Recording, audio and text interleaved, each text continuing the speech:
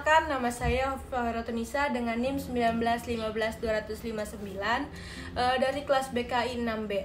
Nah, tujuan saya membuat video ini untuk memenuhi tugas UTS pada mata kuliah konseling rehabilitasi yang diampu oleh Ibu Raudo Jaima Dalimunte.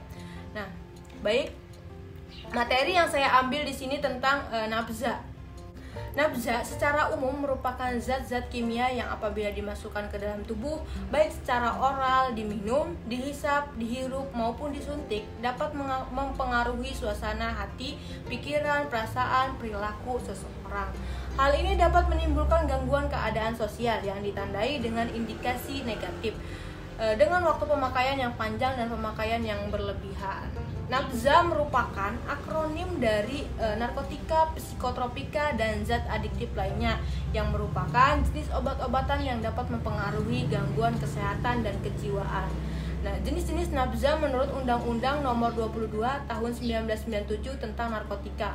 Narkotika dikelompokkan ke dalam 3 golongan. Yang pertama yaitu narkotika, psikotropika, dan zat adiktif.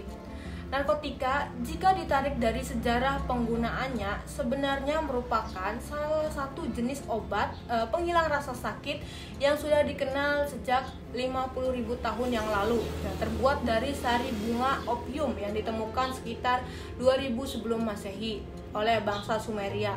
Di Indonesia sendiri pada awalnya narkoba merupakan permasalahan yang kecil. Pemerintah Orba pada saat itu memandang bahwa masalah narkoba tidak akan berkembang karena melihat dasar Indonesia yaitu Pancasila dan agamis.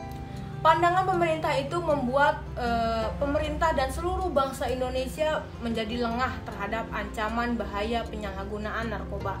Nah, dalam mengatasi permasalahan tersebut, pemerintah dibantu oleh DPR mengesahkan Undang-Undang Nomor 5 Tahun 1997 tentang psikotropika dan Undang-Undang Nomor 22 Tahun 1997 tentang narkotika.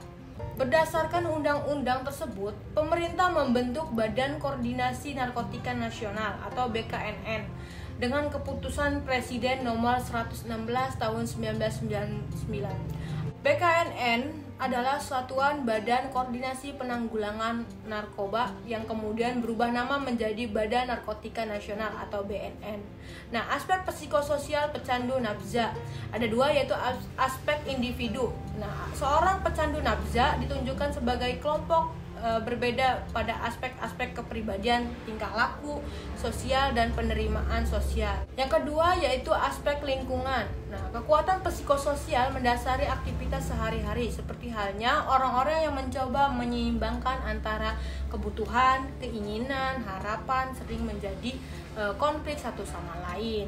Nah, jika dipandang dari sisi positif, nabza itu memiliki tujuan.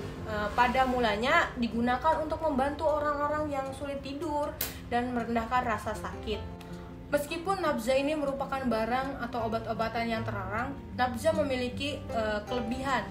Kelebihan daripada nabza itu sendiri, yang pertama terletak pada opioid. Sejak dulu opioid ini atau opium digunakan selama berabad-abad untuk menghilangkan rasa sakit, mendapatkan efek stimulan atau meningkatkan daya tahan seperti mengurangi rasa lelah, mencegah batuk, dan mengatasi diare. Namun sifat daun opium jika dikonsumsi dengan jumlah yang berlebihan dalam jangka waktu yang lama dapat menimbulkan rasa candu yang menimbulkan kerugian.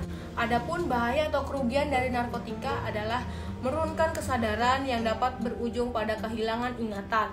Hal tersebut karena narkotika dapat mengakibatkan efek sedatif seperti kebingungan, kehilangan ingatan, perubahan perilaku, tingkat kesadaran menurun, dan koordinasi tubuh terganggu.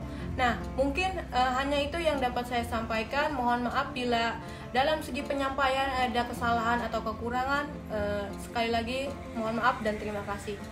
Assalamualaikum warahmatullahi wabarakatuh.